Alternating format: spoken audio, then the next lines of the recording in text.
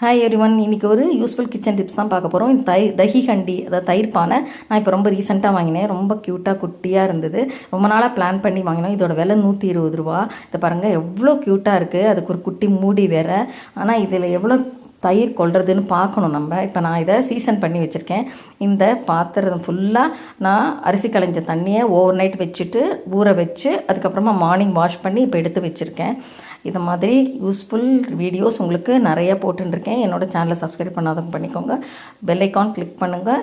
Notifications ஆனில் வச்சுக்கோங்க. அப்போ தான் நான் இந்த மாதிரி போடுற யூஸ்ஃபுல் வீடியோஸ் ஒன்றுக்கு உங்களுக்கு வரும். லைக் பண்ணுங்க, ஷேர் பண்ணுங்க.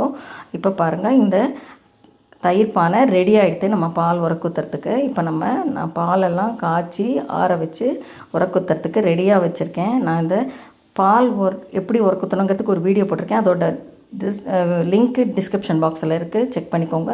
இப்போது இதை நல்லா ஆற்றி ரெடி பண்ணி வச்சுருக்கேன். நல்லா தயிர் போட்டு 2 பாத்திரத்தில் ஆற்றினா தான் இந்த மாதிரி நுர வரும். இப்போ பாருங்கள், இந்த மாதிரி இந்த பானையில் விட்டுடலாம். இப்போ 1/2 லிட்டர் நான் விட்டுருக்கேன். ஆனால் 1/2 லிட்டருக்கு மேலேயே இந்த பானை கொள்வது பார்க்க தான் சின்னதாக இருக்குது, நிறையவே கொள்வது. இப்போ அதை நல்லா மூடி வச்சிடலாம். ஒரு 4-5 ஹவர்ஸ் டிஸ்டர்ப் பண்ணாமல் உரமாக வச்சிட்டோன்னா இப்போ பாருங்கள் நல்ல திக்காக ரெடி ஆகிடுது தயிர். இப்போ பாருங்கள், கடையில் வாங்குகிற மாதிரியே நல்ல திக்கான தயிர் இருக்குது. இதோடு இல்லாமல் இந்த வெயில் காலத்தில் கூட இந்த பானை டெம்பரேச்சர் மெயின்டைன் பண்ணுறதுனால சீக்கிரமாக புளிக்காது, ரொம்ப வாசனையாக டேஸ்ட்டாக இருக்கும். இந்த மாதிரி மண் பாத்திரங்கள் நம்ம நிறைய யூஸ் பண்ணணும். ஆனால் இந்த மண் பாத்திரத்தை யூஸ் பண்ணுறதுக்கு எல்லாருமே பயப்படுவா. ஏன்னு கேட்டாக்க, இதை யூஸ் பண்ணதுக்கப்புறம் எப்படி இதை மெயின்டைன் பண்ணுறதுங்கிறது தான் தெரியாது.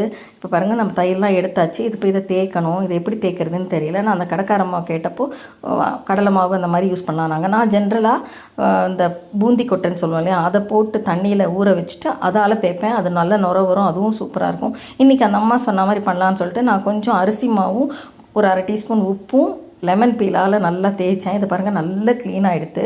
நீங்கள் அந்த பூந்தி கொட்டை வாங்கி வச்சு தேய்ச்சாலும் ரொம்பவே நல்லா க்ளீன் ஆகும். அதனால் கெமிக்கல் யூஸ் பண்ணுறீங்கன்னா கட்டாயம் இனிமேல் யூஸ் பண்ணாதீங்க. அது ரொம்ப உடம்புக்கு கெடுதல். ஏன்னா இந்த பானை அப்சார்ப் பண்ணிக்கும் அந்த கெமிக்கல்லாம். அது நம்ம உடம்புக்கு நல்லதில்லை. பாருங்கள் நல்லா க்ளீன் பண்ணியாச்சு. இப்போ இதை நம்ம நல்லா 4-5 தடவை வாஷ் பண்ணிவிட்டு நம்ம வெயிலில் வச்சு காய வச்சு எடுத்து வச்சுக்கலாம். வெயிலில் வைக்க முடியாதுன்னா நீங்கள் வீட்டுக்குள்ளேயே ஃபேன் அடியில் நல்லா காஞ்சதுக்கப்புறம் மூடி வைங்க. அப்படியே ஈரத்தோடு மூடி வச்சா ஒரு அடைச்ச ஸ்மெல் வரும், அந்த தயிர் ஸ்மெல்லும் போகாது. இப்போ பாருங்கள், நான் இந்த மாதிரி தண்ணி பானை கூட ரொம்ப வருஷமாக யூஸ் பண்ணிட்டுருக்கேன். இதே மெத்தடில் தான் நான் க்ளீன் பண்ணுவேன். இதை மாதிரி மண் பாத்திரங்கள் நம்ம உடம்புக்கு ரொம்ப நல்லது, கட்டாயம் எல்லோரும் யூஸ் பண்ணணும். இதை க்ளீன் பண்ணுற மெத்தடும் எப்படின்னு நான் உங்களுக்கு சொல்லியிருக்கேன். இது கண்டிப்பாக உங்களுக்கு யூஸ்ஃபுல்லாக இருக்கும்னு நினைக்கிறேன். இது யூஸ்ஃபுல்லாக இருந்ததுன்னா கட்டாயம் நீங்கள் எல்லோரும் எனக்கு கமெண்ட் பாக்ஸில் சொல்லுங்கள். இந்த வீடியோ உங்களுக்கு பிடிச்சிருந்தா லைக் பண்ணுங்கள், ஷேர் பண்ணுங்கள், சப்ஸ்கிரைப் பண்ணுங்கள். Happy cooking.